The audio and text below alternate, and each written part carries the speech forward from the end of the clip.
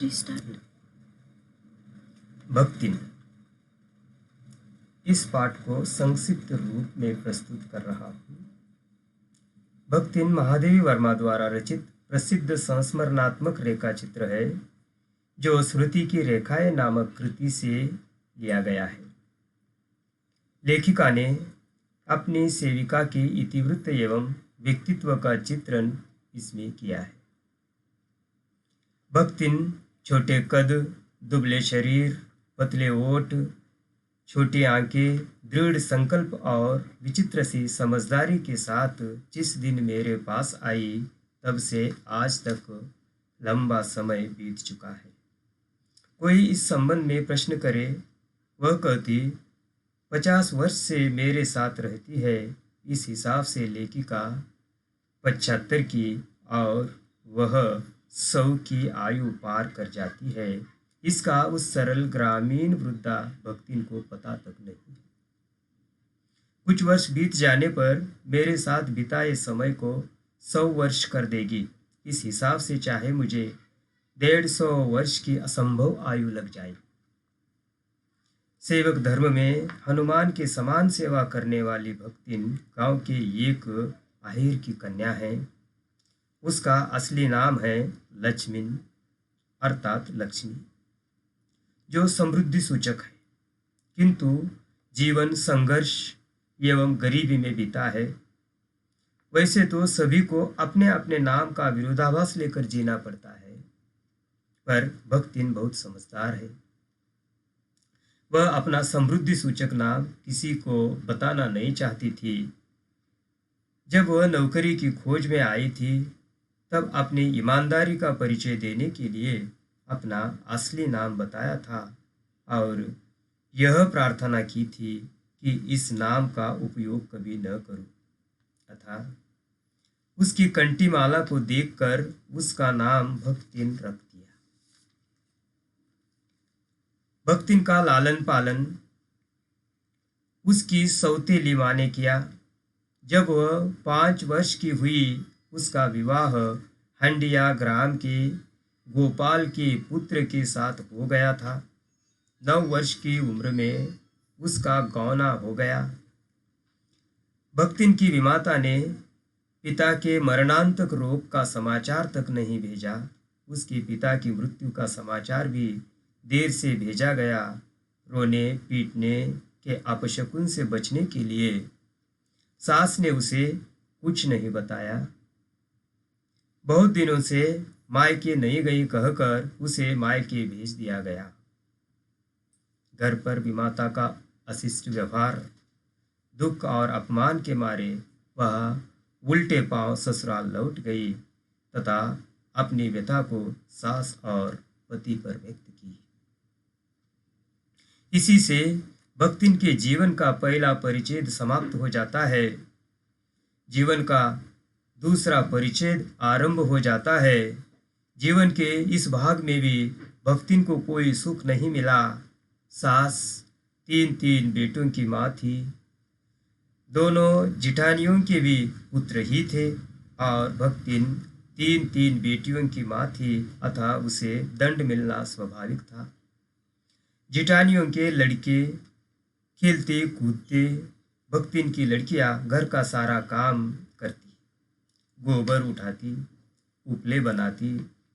जिठानियों के लड़कों को दूध मलाई युक्त भोजन खाने को मिलता था और भक्तिन की लड़कियों को गुड़ की डली, चने बाजरे की घुघरी चबाकर भूख मिटानी पड़ती थी।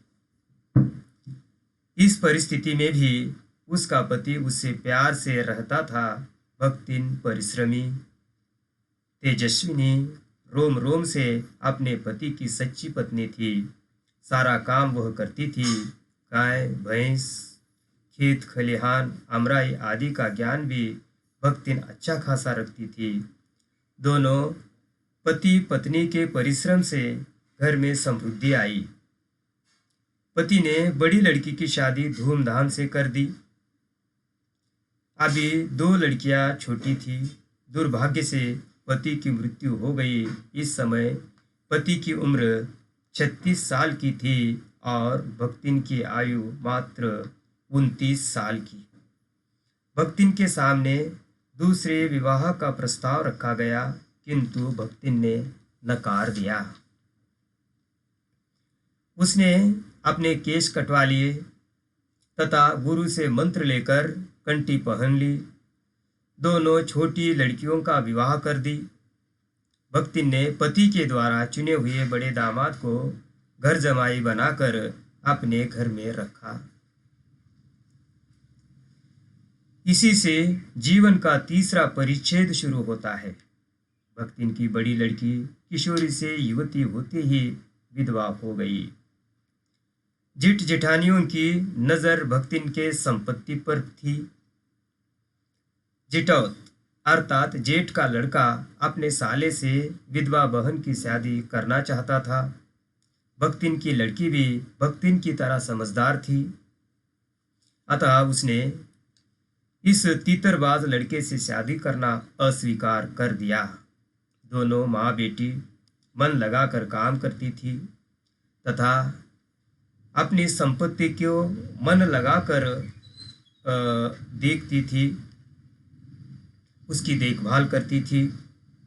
एक दिन भक्तिन की अनुपस्थिति में उस तीतरबाज लड़के ने बेटी की कोठरी में घुसकर अंदर से द्वार बंद कर दिया।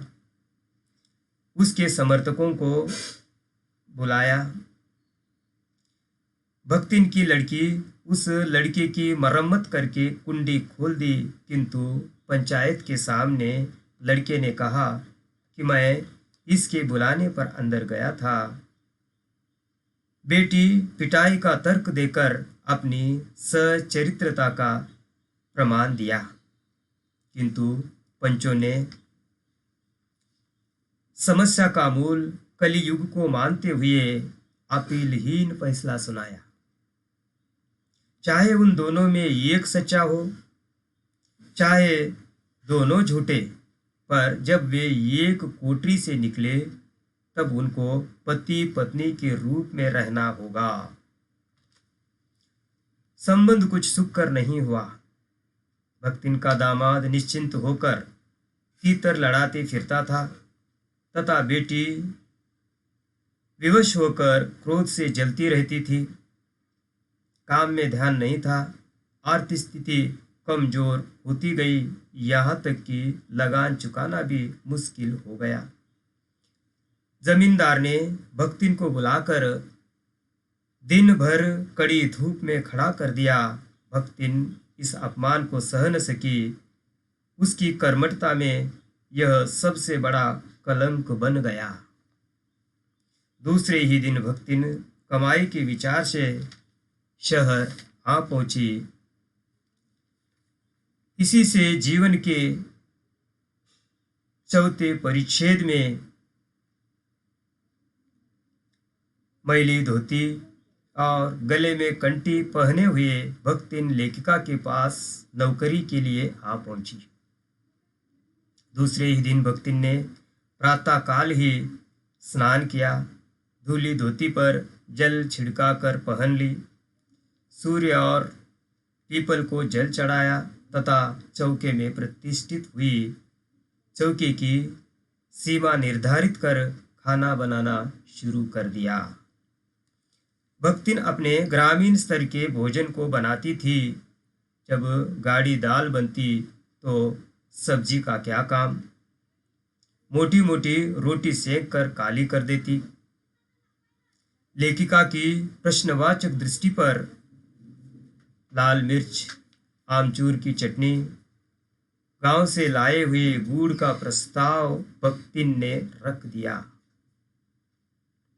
लेखिका ने इसी दाल से एक रोटी खाकर विश्वविद्यालय पहुंच गई और न्याय सूत्र पढ़ते पढ़ते शहर और देहात के जीवन के अंतर पर विचार करती रही।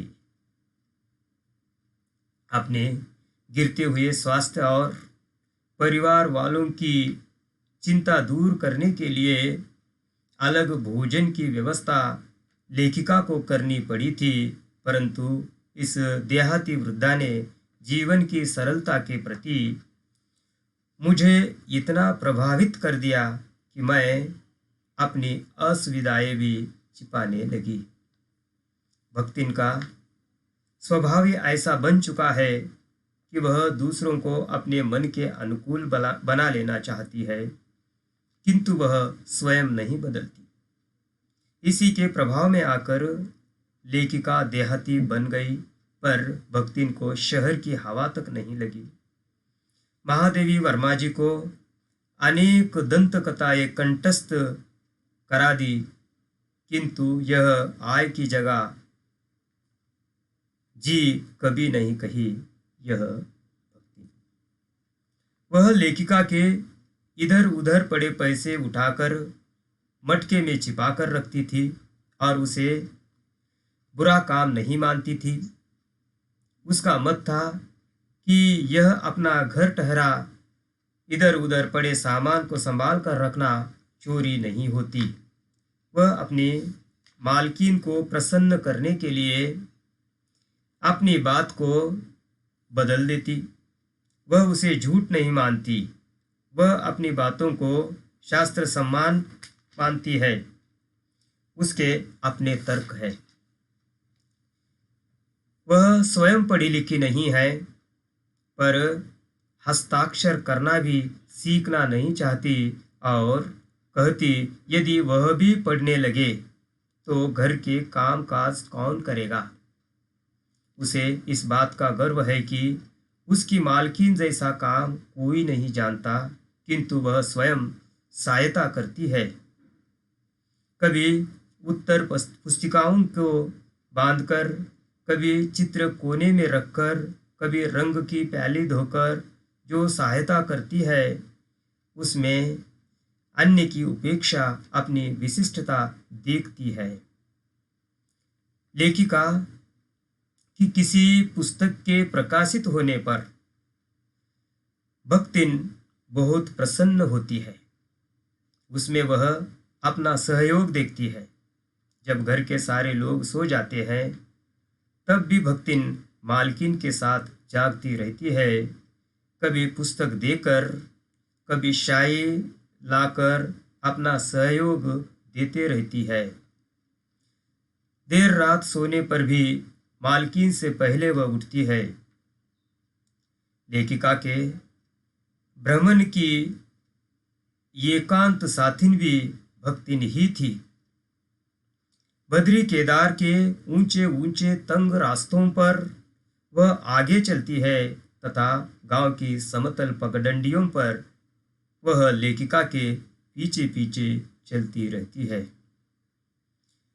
युद्ध बढ़ते देख लोग आतंकित थे, तब भी भक्तिन बेटी और दामाद के आग्रह पर भी लेखिका को छोड़कर अपने गांव नहीं गई।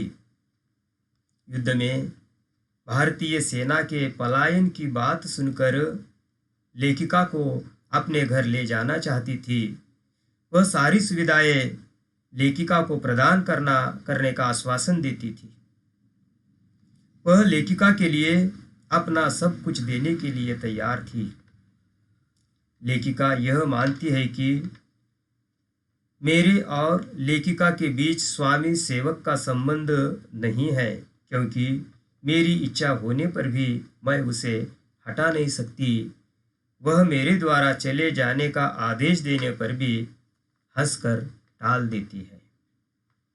भक्तिन छात्रावास की बालिकाओं को चाय बनाकर देती, छात्राओं को लेखिका के नाश्ते का स्वाद चखने देती।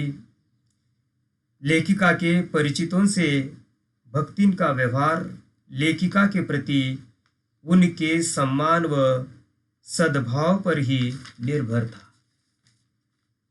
वह परिचितों को आकार प्रकार, वेशभूषा, किसी को नाम के अपभ्रंश द्वारा स्मरण रखती थी। कवियों के प्रति उसके मन में आदर भाव नहीं था। वह जेल से बहुत डरती थी, किंतु यदि लेखिका को जेल जाना पड़ा तो वह भी लेखिका के साथ जेल जाने के लिए तैयार थी। इसके लिए हक की लड़ाई तक लड़ने के लिए वह तैयार थी। वह यह नहीं जानती थी कि वहाँ किसी और को जाने नहीं देते। प्रायः लेखिका कहती है कि मैं सोचती हूँ जब चिर विदा के अंतिम क्षणों में यह देहहीन वृद्धा क्या करेगी और मैं क्या करूँगी। भक्तिन की यह कहानी अधूरी है, पर उसे खोकर मैं इसे पूरी नहीं करना चाहती।